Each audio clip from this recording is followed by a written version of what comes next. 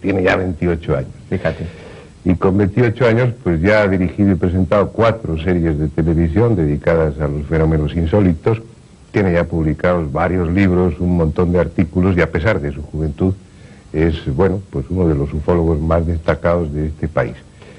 Voy a hacer la misma pregunta a todos para que dé tiempo a que las cámaras se recreen con vuestra juventud y belleza. ¿Cómo empezaste, Manolo? ¿A qué edad empezaste tú a interesarte en el fenómeno ovni? Yo creo que cuando nací. Desde que tengo uso de razón ya siento curiosidad por todos los temas, no solo por los ovnis, sino por todos los temas marginales dentro del campo de la ciencia, ¿no? Pero desde que tengo uso de razón. Quizá en mi caso, por una temprana vocación que me dirigía en principio a la Iglesia y que de la teología a la mística hay un paso, de la mística a lo paranormal hay un paso, y de lo paranormal a los ovnis y a todos los fenómenos extraños hay otro paso. O sea que es quizá un poco una evolución. Bueno, luego entraremos en detalles en ese. No conocía yo esos aspectos de tu biografía, ¿no? Otro invitado es Iker Jiménez, 22 años, estudiante de periodismo, acaba de terminar cuarto, me parece, ¿no? O sea, ya estás a punto de terminar la carrera. Y que lleva también, pues ya unos pocos años, a pesar de tu corta edad, dedicado al fenómeno ovni, junto con el otro invitado que ahora presentaré, hacen un boletín francamente bueno, que a mí me llamó la atención, lo comentábamos Manolo y yo hace unos minutos, probablemente lo mejor que se hace a nivel de boletines de ufología y de temas paranormales, y que, bueno, pues tendrá cosas que decir, y la primera es responder a esa misma pregunta que le hacía a Manuel: ¿por qué te empezó a interesar el fenómeno ovni? Yo creo que cada uno, sobre todo en la época de la infancia, pues nos ocurren anécdotas, historias que, bueno, que acaban desembocando en una pasión por el fenómeno ovni. La mía fue bastante curiosa, creo yo, vamos. Yo tenía un tío en Vitoria, yo nací en Vitoria, de estos que era medio alquimista, bueno, era un personaje extraño en el ambiente general que se vivía en mi familia. Y tenía un torreón, parece una historia medieval, tenía un torreón donde guardaba todos sus libros, todas sus viejas reliquias, de unos temas a los que casi nadie le hacían caso. Bueno, era un poco marginal en ese sentido. Yo un buen día, con unos 10, 12 años, logré entrar en ese torreón robándole las llaves, hay que confesarlo ahora, y recuerdo que fue un libro precisamente de Juan José Benítez, el primero que vislumbré, de una temática que no tenía ni idea de lo que era. La palabra ovni para mí era, imagino que de alguna serie de televisión, alguna historia, algún bosquejo en mi mente, pero vamos, a partir de ahí empecé una carrera, creo que como casi todos nos suele pasar, una carrera constante en empezar a recabar información, a intentar salir al campo cuando se pudiera, humildemente, con las bicicletas, con lo que fuera. Y además coincidió en que en aquella época, en el 84, en Vitoria hubo una oleada importante de avistamientos de luces en los cielos, y para mí fue pues, el bautismo de fuego, ¿no? Estar como pez en el agua. Y a partir de ahí, pues hasta ahora. ¿Y ahora hasta cuándo? Y nuestro tercer invitado, pues es también un anciano provecto, Lorenzo Fernández, 22 años también. Y eres peor estudiante tú que Iker, porque tú acabas de terminar tercero. Más precoz que yo, Iker. Sí. ¿Cómo empezaste a interesarte por el tema? Bueno, quizás sea por las raíces de mi propia tierra, ¿no? Yo soy de Jaén y yo ya con 11 años, pues resulta que a 80 kilómetros de mi pueblo se estaba, bueno, ya había aparecido, pero fue cuando yo me empecé a enterar, ¿no?, de que había un fenómeno muy curioso que aparecía sobre el cemento de una cocina, que eran las caras de Belmez, ¿no? Y junto a ese fenómeno, famoso en el mundo entero, había otro también que se producía en Jaén año a año, ¿no? Era la capital. Y era un fenómeno curioso que sobre el castillo de Santa Catalina todos los años, en una determinada fecha, que solía ser octubre, aparecía un extraño objeto. Y bueno, eso era la portada del periódico, porque era un fenómeno que ya casi era considerado fiesta, ¿no? Y a partir de ahí fue, pues eso, cuando empecé a interesarme ya por el fenómeno ovni, por el fenómeno paranormal. Y bueno, pues hasta ahora y hasta, como dice Iker, hasta cuando se pueda. A ver. Yo pienso que inevitablemente, aunque el tema central es el fenómeno ovni, pues o por relación con el propio fenómeno o por relación con vuestras vidas, pues también saldrán otros temas paranormales, apariciones, cosas de ese tipo. Todo vale. De lo que se trata aquí en este espacio es de charlar distendidamente sobre estos temas y bueno, y aportar a los telespectadores pues las propias experiencias y, ¿por qué no?, también las anécdotas. Bueno, ya está hecha la exposición inicial y a ver quién sabe responderme. ¿Qué narices es eso del fenómeno ovni? A ver. ¿Y por qué me miras a mí? A ver, porque eres el mayor. Veterano. Pues la verdad es que no tengo ni idea. Hombre, si hubiera que definirlo desde un punto de vista estrictamente racional, podríamos decir que El fenómeno ovni, en mi opinión, es un conjunto de fenómenos que tienen como común denominador desplazarse por el aire y que el observador no sabe lo que es. O sea, un ovni, a pesar de que cuando hablamos de ovni popularmente se entiende nave extraterrestre con marcianitos verdes, ovni son 4 letras, ni siquiera es una palabra, son 4 letras sustantivadas que significan objeto volante no identificado. O sea, cosa que vuela y el que la ve no sabe lo que es. Claro, y ahí nos encontramos con un montón de fenómenos de distinta naturaleza, de distinto origen y probablemente de distinta intencionalidad que tienen ese común denominador. Y claro, bueno, hay un montón de lo que posibilidades. parece que alienta claramente, al menos desde el sentir popular y desde la mayoría de los que nos dedicamos directa o indirectamente a estos temas, es el sentimiento de que esos objetos no identificados pues tienen una procedencia exótica. No estamos hablando de aviones experimentales ni de globos sonda, aunque a veces eso se pueda mezclar. Obviamente no hablamos de meteoritos, estamos hablando de vehículos que responden a una tecnología diferente, radicalmente diferente a la nuestra. Y para hacer esa distinción que tú planteabas, yo recuerdo como Antonio Rivera propuso en su época que en vez de llamarlos ovnis se llamaran VED, que es vehículo extraterrestre dirigido, ¿no? Lo que pasa es que fue una propuesta que después no prosperó. Pero yo me refiero al hacerte la pregunta o al hacer la pregunta a vosotros tres, el fenómeno ovni desde la perspectiva de la visita de seres procedentes de vaya usted a saber dónde. ¿Sabéis de dónde? ¿Sabéis por qué? ¿Sabéis para qué? ¿Sabéis cómo? ¿Qué sabéis? Porque yo sí que lo sé. Bueno, Nada, empezamos bien, broma. venga. Lo que pasa es que yo creo que ha estado con el dedo en la llaga al principio al decir que ahora pues quizá hay más escepticismo en la investigación joven, y lo que sí me gustaría pues un poco bosquejar a los oyentes acostumbrados a la radio, los que nos están viendo, es el cambio radical, y en eso Manuel tiene bastantes contradicciones conmigo, que se ha producido en la investigación de unos años, unas décadas quizás, antes ahí hablábamos de generaciones, de antes a nuestros tiempos actuales. Está muy claro que la investigación de nuestros antepasados ufológicos, vamos a llamarles así, Rivera y compañía, había o tenía un factor de devoción mucho mayor que el que hay ahora, ¿no? Ahora yo creo que la investigación ufológica, los jóvenes se encuentran quizá en un prisma más desapasionado del tema. Ya no creemos a pies juntillas en los humanoides. Yo creo que ningún investigador actualmente, y es curioso, el cambio radical sería obra para analizar por un sociólogo, ningún investigador actual cree a pies juntillas en la hipótesis terrestre como única hipótesis válida para esos objetos que vienen de fuera, y sin embargo hace 40 años, 30 años, la inmensa mayoría creyó que creían principalmente esa hipótesis. ¿Qué ha ocurrido? ¿Qué cambio se ha producido? Yo creo que es quizá uno de los ejes de la ufología, el cambio de paradigma en las mentes de los ufólogos, ¿no? Ya no nos creemos todo como antes. No es tan fácil. No es leer un libro y creerse a pies juntillas un caso y creer que son los ufonautas o lo que sea que bajan aquí. Ahora se investiga más incluso en la órbita de intentar descubrir fraudes, intentar un poco ser más rígido, ser más riguroso para intentar llegar a la verdad. Y creo que a pesar de que hay muchos, y Manuel mira con mala cara, hay muchos quisquillosos, muchas historias por en medio, no es perfecto, pero yo creo que en general podemos estar satisfechos de hacia qué rumbo va la ufología joven, ¿no? Hacia qué cambio de mentalidad se está produciendo. Creo que, indudablemente, somos no más críticos, no quiero decir críticos, más sensatos a la hora de hablar de ovnis. Sí, la impresión que da, no solamente en este terreno, sino en otros muchos terrenos de la investigación, de la ciencia y de la sociedad, es que los jovencitos de ahora sois más conservadores que los viejos de ahora, ¿no? O que los adultos, o lo que son los adultos de ahora. Estáis menos abiertos a esas hipótesis tan sugestivas, tan románticas, que nos hacían palpitar nuestros corazoncitos cuando salíamos al campo escapándonos de casa a las 5 de la mañana para esos y otros menesteres, claro está. Pero yo creo que eso también sigue moviendo al investigador, porque si tú no crees en el fondo del fondo, en que algo extraño está, no te pones a investigar. Supongo que hay, y esto se lo dirijo ahora a Lorenzo, porque no sé por qué tengo yo que ir dirigiendo la conversación y no empezáis a tiraros de los pelos. Posiblemente haya un cambio de opinión a medida que uno adquiere experiencia. Lo frecuente en estos temas es que se entre con una gran carga de escepticismo, con una gran carga de espíritu crítico. Muchos descaradamente entran para ir, voy a ver si descubro la impostura y dejo en evidencia a todos estos memos que creen estas tonterías, y lo habitual es que al ir acumulando experiencia se vaya uno acercando a esos planteamientos de aquellos románticos de la ufología.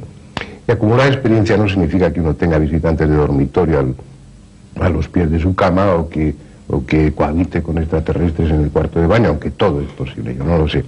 Pero me refiero a hablar con gente que ha vivido experiencias, ir hablando con unos y con otros e ir acumulando yo te diría algo así como un pozo, un sedimento que va precipitándose hacia abajo y que va cimentando una actitud más tolerante, más abierta, y sobre todo menos narcisista. Es llegar a asumir el no tengo ni idea de qué es esto, y de ahí pasar a decir no tengo ni idea de lo que es el universo, no tengo ni idea de lo que es este mundo tridimensional y hasta dónde llega. Uno adquiere una gran dosis de humildad y empieza a ser, no te diría que más crédulo, sino más tolerante. O sea que lo he respondido yo todo, en vez de responderlo. ¿Qué opinas de eso? En ese sentido tienes razón. La verdad es que a mí lo que me pasó en un principio es que yo quizá empecé creyéndome absolutamente todo. O sea, todo lo que leía era ciencia, vamos, poco menos que era ciencia porque me lo creía absolutamente todo. Y conforme hemos ido investigando, pues, en estos años que tampoco son muchos, ¿no? Llevamos investigando, saliendo al campo, como aquel que dice, pues poco más de 5 o 6 años. Entonces, en estos años lo que sí nos hemos dado cuenta es que hay que ser crítico. Yo quizá en este sentido comparto las teorías de Manuel, que supongo que ahora más adelante nos dirá, en el sentido de que realmente yo creo que el fenómeno ovni puede ser cualquier cosa menos extraterrestre. Sinceramente no creo que sea un fenómeno extraterrestre, por el sentido de que quizá a lo largo de la historia siempre se ha ido buscando un paradigma en ese sentido. Antes de ir a la Luna se suponía que en la Luna había serenitas, que había habitantes, que había gente que vivía en la Luna. Cuando se llegó a la Luna se demostró que allí no había vida y se fue un poco más lejos, se fue a Marte. Posteriormente se descubrió que en Marte tampoco había y se fue un poco más allá. Cuando se descubrió en definitiva que no había vida en el sistema solar, ya lo más cercano eran estrellas que estaban a millones de años luz de la Tierra. Por lo tanto, decir que vienen a visitarnos, yo pienso que son una tecnología... Hombre, eso, pero sí. No te pases. Todos los que empezamos a interesarnos por el tema ya sabíamos eso. Sí. No creas lo que descubrimiento de última hora. Desde que se inicia el fenómeno ovni se da, por supuesto, que no podían provenir del sistema solar. Se sabía pues que el sistema más cercano era Alfa Centauri a 4,9 años luz o algo así. Se sabía cuáles son las limitaciones del viaje en el espacio. Se sabía todo eso, pero lo que se sabía también es que había un fenómeno. Sí. Que tendría que tener alguna explicación. Entonces, a lo que yo voy es que, bueno, haciendo un poco de memoria histórica en este sentido, es que, ya te digo, la estrella más cercana, lo sabemos todo, está a millones de años luz, y por lo tanto, si vienen a visitarnos, teóricamente debe ser una tecnología súper avanzada, que comparada con la nuestra tiene que ser una tecnología primitiva. Manuel me da razón. En este sentido, la mayoría de los testigos, esas son palabras de Manuel, ¿no? Y que comparto totalmente, la mayoría de los testigos no hablan de que cuando, por ejemplo, han visto una huella ovni se ha visto un pasto quemado. Por lo tanto, ya estamos hablando de un motor a combustión, un posible motor a gasolina. Yo sinceramente no creo que una tecnología que viene de millones de años luz de distancia pues funcione con un motor a gasolina. Y como esto, tantas muchísimas pruebas que nos vienen a decir esto. Yo creo quizá que el mito extraterrestre se genera a raíz del fenómeno contacto, del fenómeno de los contactados, ¿no? De 30 años a esta parte, digamos, más o menos. Y en ese sentido, pues yo también soy bastante escéptico, porque gentes que dicen que contactan con seres cada fin de semana, pues con un sinfín de medios, que contactan cada uno con su extraterrestre particular y que sinceramente lo que menos les interesa en ese sentido es la tecnología que les pueda ayudar, la ciencia que les pueda ayudar, sino más bien ese cambio espiritual, lo que se va a llamar nueva era, que yo sinceramente pienso que si hubiera una sede en el mundo sería un banco. No confundamos, sí. No sé si es correcto las churras con las merinas, si ese es el dicho popular. No confundamos la finalidad o la explicación o lo que ellos dicen con el fenómeno en sí. Aunque no demos valor a esos mensajes melifluos y catastrofistas unas veces y otras veces totalmente ingenuos que dan a los contactados para que a su vez los transmitan al resto de los mortales, el que eso sea absolutamente criticable y despreciable, te diría yo, desde el punto de vista intelectual, no implica que el contacto no exista. Si en la experiencia de Iker y tuya os habéis encontrado con contactados que os han dado pruebas objetivas de que tal contacto existe. Manolo y yo sí nos hemos encontrado con eso. Por eso decía que a veces la experiencia te va llevando a modificar planteamientos, ¿no? tampoco he querido generalizar en ese sentido, pero que lo que sí quiero decir es que en ese sentido, quizás lo que te digo, el mito extraterrestre se ha generado a raíz de estos contactados. Y yo creo que va un poco más allá. Tampoco creo que sea un fenómeno meramente psicosocial. Decir que a lo largo de los años, esos millones y millones de testigos que se han dado en todo el mundo de ese fenómeno, decirles que poco menos que son una pandilla de alucinados, la verdad es que me parece una osadía por parte de los investigadores. No es una osadía, es una estupidez. Sí, también, una estupidez. No quería emplear también, pero bueno, ya que lo has dicho tú. Aquí hay que hablar llanamente. Y entonces, pues, lo que te digo, quizás sea el fenómeno, desde luego, si no es físico, un fenómeno visual, que se ha ido moldando al tiempo. Tenemos desde esos años 40, 50, en lo que básicamente lo que se veía en el cielo eran poco menos que cafeteras volantes, porque en la Tierra había cafeteras con ruedas y porque los aviones eran poco menos que cafeteras con alas, pues se ha ido evolucionando con el paso de los años, conforme la ciencia ha ido avanzando, y hoy en día, en una época en la que la tecnología está bastante avanzada supuestamente, pues quizás el fenómeno OVNI también está muy avanzado. Y yo creo que el gran fallo que ha habido es que en vez de quizás amoldarnos nosotros al fenómeno OVNI, hemos amoldado el fenómeno OVNI a nosotros. Bien, eso tiene una respuesta que te la va a dar Manolo ahora mismo, esos dos planteamientos. Es que... ¿O no estabas escuchando? Sí, otra cosa, estaba escuchando, pero es que se ha puesto encima de la mesa un montón de cosas y esto nos va a llevar a profundizar en los estratos del fenómeno OVNI. Dale fuerte, tú que ya eres mayor. Es cierto que yo he dicho muchas de las cosas que dice Lorenzo, porque yo he hecho en falta, ¿sabes? En el mundo de la ufología he hecho en falta pensadores. Alguien que se dedique a reflexionar, un poco filosofía de la ufología. Tenemos muchos datos. En estos casi 50 años hemos recopilado millones de casos. Entonces, yo que además de trabajar, de hacer lo que llaman ufología de gabinete, ufología de salón, también me he pateado mucha carretera. Yo he estado en casos en los que ha aterrizado un ovni y yo he recogido las huellas y he llevado a analizar esas muestras de ese pasto chamuscado. He ido con un detector Geiger y he visto que había un pequeño incremento radioactivo, poco significativo, pero un incremento radioactivo. He recogido más de 1.400 casos de pilotos, controladores y radaristas que han visto ovnis y los han detectado en sus radares. He recogido montones de casos y he escrito algún trabajo sobre abducidos, personas que aseguran haber estado dentro. Entonces tienes el fenómeno, un fenómeno real. Esas personas tienen cicatrices físicas que dicen les han hecho dentro de la nave. Esas huellas son huellas físicas, son reales, cuando no son campos de hadas ni son un tipo de hongos que a veces hace efecto. Estamos hablando de los casos que consideras auténticos. Y entonces tú reflexionas. ¿Cuál es el problema que pone la ciencia, el paradigma científico moderno, a la hipótesis extraterrestre para los ovnis? No es un problema astronómico. Ningún astrónomo con dos dedos de frente niega que haya vida extraterrestre. De hecho, se han encontrado hidrocarburos en las colas de algunos cometas, se han encontrado hasta microsporas en algunos meteoritos que han caído. Yo te diría, perdona el inciso, no me acuerdo del nombre, no, pero recuerdo un astrofísico en un coloquio, no sé si en radio o televisión, y luego charlábamos, y me decía, lo único que podemos decir los astrónomos es que desde el punto de vista de la experiencia, todos los sistemas planetarios que conocemos tienen vida. Porque lo único que conocemos es este y tiene vida. Pues, si eso lo extrapolas, pues las conclusiones sería que todos, es decir, no puede haber una opinión contraria que se defienda con solidez, no.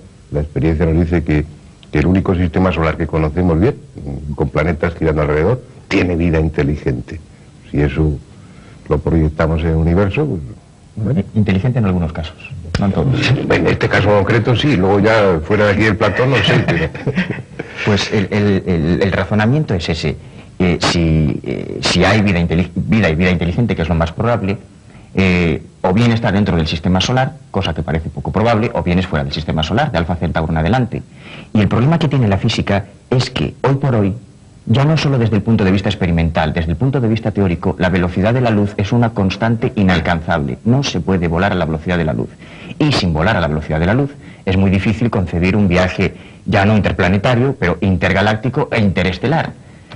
Entonces, ¿qué pasa? Que tendríamos que pensar en una tecnología capaz de superar esa famosa ecuación de Einstein, tan mágica, casi rayando casi en lo divino, más que en lo mecánico, y que pudiese o bien descomponerse molecularmente, convertirse en esos mismos fotones de luz, volver a componerse, y eso, como decía Iker, no deja un pasto quemado y no aparece en los radares, a menos que quiera hacerlo así, y a menos que se tratase de un código, de una especie de juego o de teatro.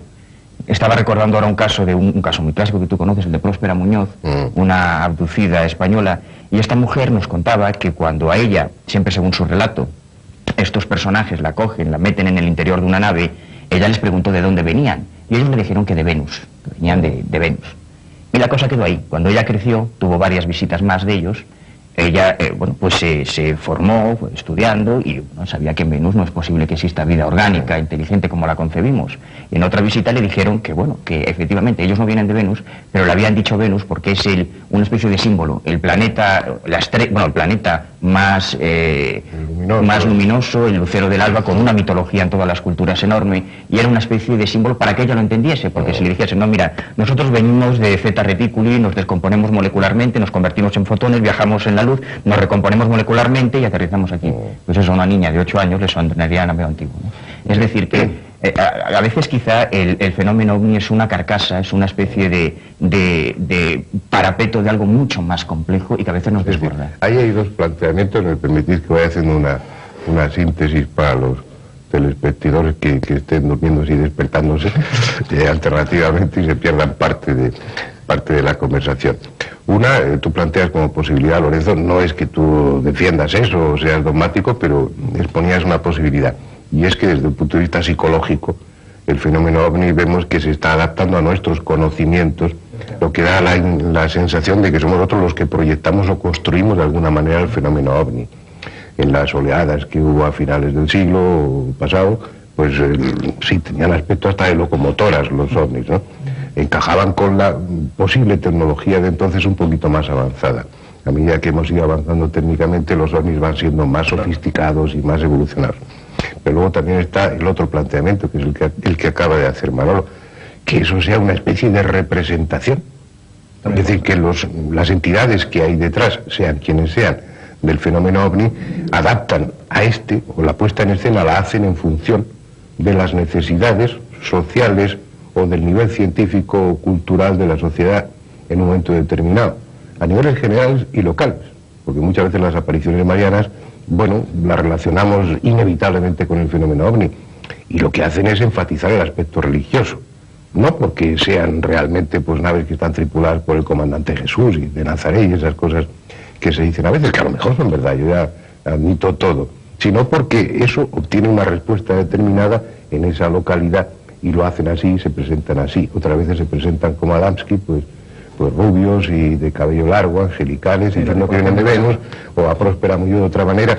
Es decir, habría una intención ¿de qué? De confundirnos, de jugar con nosotros. Yo a veces planteaba que da la impresión de que esa gente lo que viene aquí es hacer sus tesis doctorales y se entretienen con nosotros y hacen experimentos y luego pues tendrán un sobresaliente cum laude en su universidad de sociología, ¿no? ¿Qué opinas? Fernando, es que yo quería contar una cosita de Carballal, que hay un componente humano tremendo en los encuentros ovnis, está clarísimo. Nosotros somos humanos y tenemos nuestros elementos para descifrar lo que es la realidad.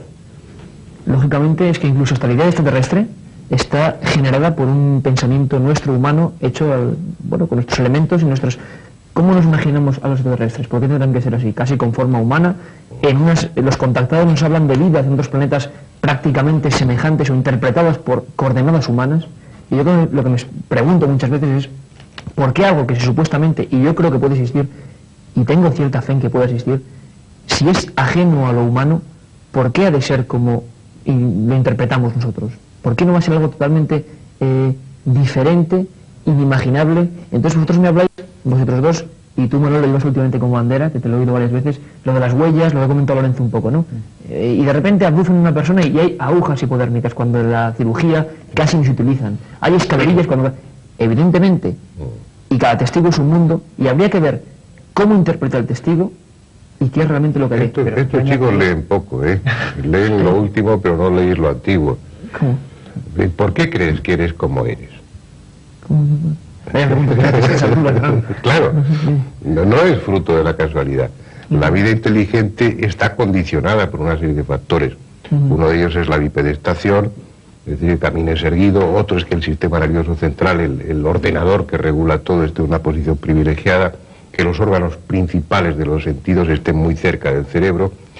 Hay toda una serie de cosas, hasta esa falsa simetría aparente, tener dos ojos para ver estereoscópicamente, tener dos orejas para oír también en estéreo, tener dos coanas, dos fosas nasales para alternativamente, como demostraron ya algunos, pues producir un determinado flujo eléctrico en el aire que respiramos. Es decir, la naturaleza ha creado, ha dado a esta especie, o subespecie que somos los humanos, el atributo de la inteligencia como conjunción de una serie de factores. Lo lógico es suponer que la naturaleza, que no hace ensayos gratuitamente, si ha llegado a esta fórmula es porque es la más válida, que lo es desde un punto de vista antropológico. Que pueda haber habitantes de otro mundo que sean de silicio, el carbono, hoy por hoy, es el elemento que permite, el único que permite todas las combinaciones necesarias, por su valencia, por su peso atómico y demás, para la multitud y variedad de tejidos que componen un ser orgánico, un ser vivo. Es decir, lo lógico es partir de esa experiencia e imaginar, no por un afán mimético, no por esas historias de que Dios nos hizo a su imagen y semejanza, o de que, como dice Dani, que vinieron aquí y hicieron experimentos genéticos. No, pues porque es lo más lógico, es lo más sensato. Y del universo, aunque no tenemos una información completa, tenemos muchos datos, sabemos que las piezas con las que se construye lo biológico en el universo, pues son las mismas a través de los meteoritos, a través de la espectrografía, sabemos que están ahí por los aminoácidos, sabemos que están los elementos que están presentes aquí también. Entonces no es, yo creo que no se debe interpretar como una, como una identificación o como una proyección humana. Fernando, yo no estoy diciendo eso. Estoy diciendo que en muchos encuentros hay ese componente, que además es que es el que defienden ellos. Ellos están hablando de que mucha parte del fenómeno OVNI es un componente humano clarísimo, por elementos, por tal. Y entonces yo me pregunto, cada caso OVNI también es un mundo aparte, tendremos que analizar o filtrar todos los casos. ¿Qué ocurre cuando esos OVNIs no dejan huellas? Ni tienen escalerillas, ni hay jeringuillas, y los seres que se ven tampoco parecen el típico astronauta que nos imaginábamos que era del futuro hace 30 años. Con eso quiero decir exactamente lo contrario, que sí hay casos en que parece que el filtro humano pues adapta a su realidad todo, como es lógico, pero hay otros casos que están ocurriendo en España incluso, en el que las simetrías con lo conocido son prácticamente nulas, ni dejan huellas, no van a gasolina por lo tanto, Lorenzo, y bueno, y hay una serie de cosas que son totalmente misteriosas y ajenas a lo que conocemos, ¿no? O sea que no me parece válido ese argumento de la gasolina y de tal, porque creo que incluso la mayoría de los casos ni tienen escalerillas ni que son más etéreos. Vamos por partes, que he dicho muchas cosas. Dices humana, que nos imaginamos, lo que nos imaginamos humana. Yo a eso de humana, que está bien empleado, pero añadiría de los humanos occidentales, europeos y americanos, porque los ovnis se ven en todos lados y en todas las culturas, y somos nosotros los que identificamos por nuestro contexto cultural y por nuestra tradición religiosa incluso el concepto ovni con el concepto extraterrestre, espacial y demás. Cuando tú te vas, a mí me pasó una anécdota para mí muy significativa y que me dio mucho que pensar. En África, cuando preguntaba había un problema ya de comunicación, yo preguntaba en pueblos donde no habían visto hombres blancos, no habían visto musungos, nos tocaban los niños para ver si estábamos pintados, o sea que ahí no había ningún tipo de contaminación cultural occidental. Pues con todos los problemas que tiene el comunicarte, allí el dialecto que hablaban era el chichewa, en la zona de Malawi, cerca con Mozambique, pues yo preguntaba si allí se veían platillos volantes, si habían visto naves extraterrestres y demás. Claro, el concepto extraterrestre no existe. Hay tribus todavía, tanto en Sudamérica como en África, que tocan los tantán en medio de la selva y al no recibir respuesta creen que son los únicos habitantes del mundo. Que eso me recuerda mucho lo del proyecto SETI, ¿no? Ese argumento de que mandan las señales y como no contesta nadie, porque estamos solos. Muy lúcido. Bueno, pues esta gente, claro, el concepto extraterrestre no entendían eso de extraterrestre, no existía. Platillo volante, ese concepto tampoco existe en su cultura. No, ni siquiera en algunos sitios donde estábamos, ni siquiera había cerámica, ni platos como los que entendemos nosotros. Y al final, pues hablando de luces en el cielo y comunicándonos un poco con esa gente, pues empezamos a escribirnos que sí, efectivamente, allí existían esas luces en el cielo y eran los carros de las brujas. Los carros en los que se desplazaban las brujas y los espíritus de los antepasados, que es un concepto fundamental en las religiones animistas de origen africano. Y entonces cuando yo les pregunto, bueno, ¿y cómo son esos carros de las brujas? Me imaginaba que sería una representación arquetípica pues de un carromato con caballos o con bueyes, ¿no?, en esa cultura. Y me sacan una panera de mimbre, hecha de mimbre, que es el perfecto platillo volante. Es decir, que ellos estaban viendo en las selvas africanas el mismo fenómeno, pero que ellos lo asimilan a su cultura. Nosotros decimos que, claro, tienen que ser extraterrestres porque nosotros somos más listos. Y resulta que los platillos volantes son los espíritus de los antepasados africanos. O hace poco en Cuba nos decía un babalao que no, que eso de las comunicaciones con los espíritus y con tal, que eso es tontería. La única forma de comunicarse con los seres que están fuera de la Tierra es el Auquel y la regla de Ifá, que es la medio de comunicación que tienen los santeros. Pues a lo mejor resulta que los ovnis son eso, espíritus Pero, sobrenaturales y no son muy clara, Manuel, tú has extraterrestres. dicho que No seamos en la selva- provincianos en ese sentido. No, Tenemos una cultura judio-cristiana, pero que no abarca la totalidad del planeta. Está claro. Tú me dices que en la selva africana te demuestra un negro de por allí, o sea, una persona que ha visto un ovni. No demuestra nada. Cuenta algo que ha Bueno, y te lo describe como la típica forma de platillo. Entonces, ¿qué explicación le das tú a eso? Te quiero Me decir, has oído muchas veces decir que una cosa son ovnis, Te estás menos otra escéptico. cosa, perdona, una cosa son ovnis, no, además para mí el término escéptico tal y como se usa en España me parece peyorativo. Yo reniego de que me llamen escéptico. Me sale acné, me da pudor. No, yo no soy nada, yo soy gallego, ya con eso tengo bastante. Una cosa son los ovnis, otra cosa son los platillos volantes y otra cosa serían, y aplico el condicional, las naves extraterrestres. Los ovnis ya hemos dicho que es cualquier cosa que va por el aire y no sabe, y el testigo no sabe lo que es. Eso es un ovni. Entonces ahí un globo sonda puede ser un ovni en un momento determinado. Una nube lenticular, una conjunción de planetas, una inversión térmica. Hay un montón de fenómenos en la electricidad atmosférica curiosos, fenómenos luminosos en el cielo, que el testigo no puede confundir, sino que para el testigo son un ovni genuino porque no sabe lo que es. Punto. Otra cosa son los platillos volantes, que existen desde los años 30, que yo tenga documentado desde el año 33, se están construyendo platillos volantes en la aeronáutica terrestre. Tanto soviéticos, alemanes, japoneses y americanos construyen platillo volante. Y el último lo van a dar a conocer dentro de muy poco, una noticia que nos llegaba hace un par de días. Eso es otra cosa, platillos volantes físicos, máquinas reales que aterrizan, que despegan y que probablemente en algunos casos se han utilizado en determinado tipo de experimentos sociológicos, que nos llevaría ya a otro aspecto del fenómeno ovni, a mi juicio espeluznante. Y otra cosa pero sería... no podría justificar todos los casos del mundo, claro. Por Es supuesto. que no hay, pienso yo, es mi opinión, no hay una respuesta para todos los casos del mundo. Hay 124.412 casos de ovnis que eran nubes lenticulares. Hay 28.412.000 que eran prototipos secretos. Y hay un reducto de casos que, bueno, pues el investigador... Pasa una cosa en ufología. La ufología no va a ser nunca una ciencia, porque somos un conjunto de individuos con distinta formación, con distintas experiencias, con distintos prejuicios, con distintos intereses dentro del fenómeno ovni. Y la verdad es que aspirar a que haya un consenso de opinión, como no se aplica el método científico, no hay consenso de opinión, son opiniones personales. Solo Afortunadamente, algunos. afortunadamente es así, porque así podemos, bueno, pues tener una información más rica y más variada. Cada uno está interpretando el fenómeno desde una perspectiva suya, personal, que aporta cosas, que no tiene que entrar en contradicción necesariamente con la posición de los demás, ni tiene que significar enfrentamientos. No me refiero a los de aquí, que esto es absolutamente coloquial y sé que sois muy amigos entre vosotros y amigos míos también. Pero sí me refiero a esa postura que se toma en otros niveles y en otros medios de unos ufólogos súper escépticos que acusan a otros de comercializarse, de embusteros, de otros que los acusan de vampiros, de todo ese tipo de cosas. Eso sobra, pero sí es importante, para mí lo está siendo y pienso que también para los espectadores, el que en una reunión como esta se estén aportando diferentes puntos de vista.